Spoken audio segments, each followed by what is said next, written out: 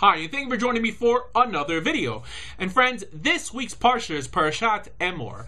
Now we see in the first parak of the Parsha that it begins by stating that a priest must not make himself tameh for any death that occurs unless that individual is closely related to him. In other words, only if it's his father, his mother, his son, daughter, or sister, and that's it.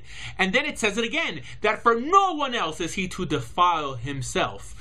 And you know, it's a bit interesting that one of the major arguments Christians constantly make for the need of a New Testament or a New Covenant is the notion that law and order was the signature of the God of the Old Testament, but love and grace entered the world through their Messiah.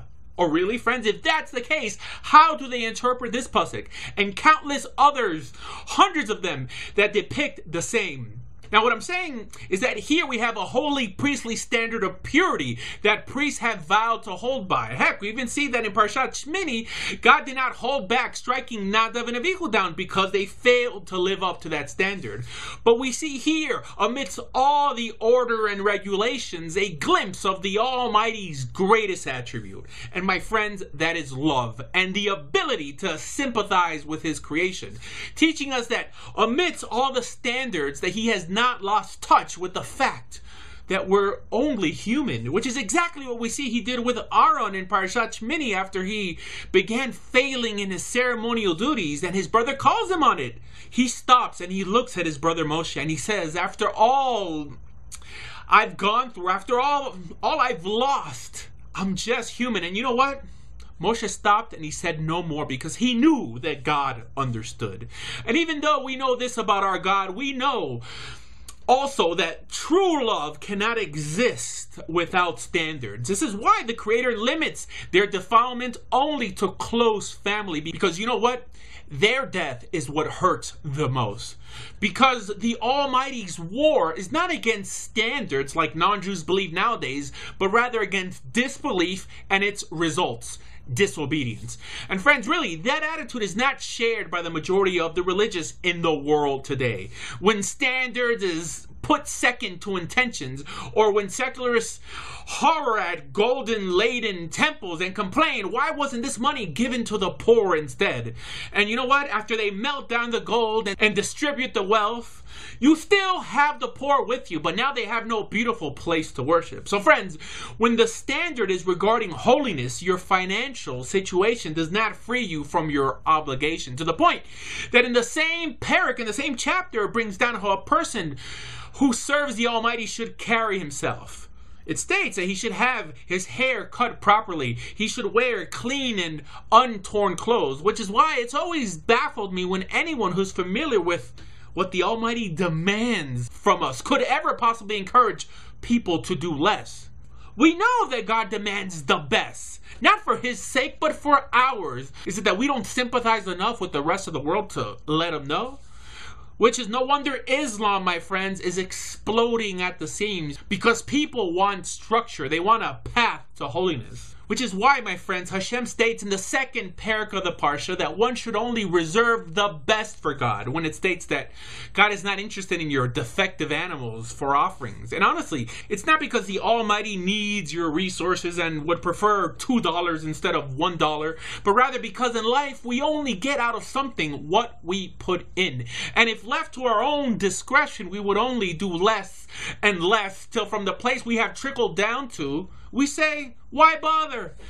Again, teaching us that in any area of life that we want to progress in, whether it's our careers or even our marriages, the key is attention to detail and sacrifice, which is something kind of hard to do alone, which is why it mentions here that even who you hang around with or what crew you row with might even help. As the Almighty states Himself here in this parak, that among the Israelites I must be acknowledged holy, and then I will make them holy. In other words, in how we set Him apart, He will set us apart. And as we reserve the best for Him, so He will reserve the best for us and our families. All this because of that commitment we've made and the Israelites made to walk in the ways of God. And in the same thought, friends, the Almighty continues in the next parak, describing the yearly Jewish calendar cycle. Friends, landmarks that are only here to help us live a more perceptive existence. He starts with Shabbat, signifying creation, which has always been a commandment instructing us to work just as much as to rest or to cease. In other words, the keys to a productive environment. Then Pesach, signifying our liberation from bondage and our new ability to freely fail or succeed. Then Shavuot, on how we should be grateful and sanctify what the Almighty has allowed us to produce by sharing it with those less fortunate. And then Yom Kippur, friends, reminding us that as long as we're on for the ride, He won't let us fail. And Sukkot, that all this means nothing if we forget what we've gone through. If we forget how far we've come, as it states that we should dwell in booths, so that for the generations to come, you and your descendants should know that when the Almighty took you out of Egypt, He did not let you fend for yourselves, but rather had you living in Sukkot, in booths in the desert, which signifies God's protection from above in our darkest hours. And friends, I believe that this cycle is not arranged like this by coincidence, but perhaps something that we as humans could really relate to. Creation, that just as the world was created for me, Pesach, God did not abandon me but liberated me, Shavuot. So now it's my turn, out of my gratitude, for me to begin to trust enough to give others what the Almighty gave me.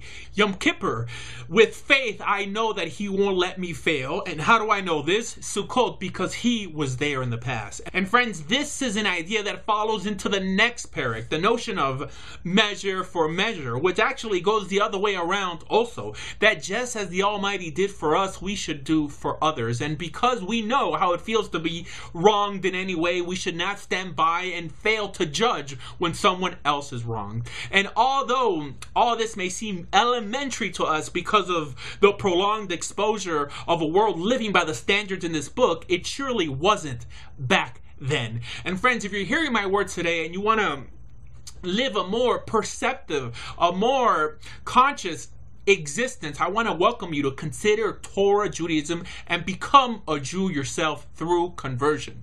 For more information on converting to Judaism, please visit Torah Judaism International at the website torahjudaism.org. And for more information on everything Jewish, please visit bejewish.org. Thank you.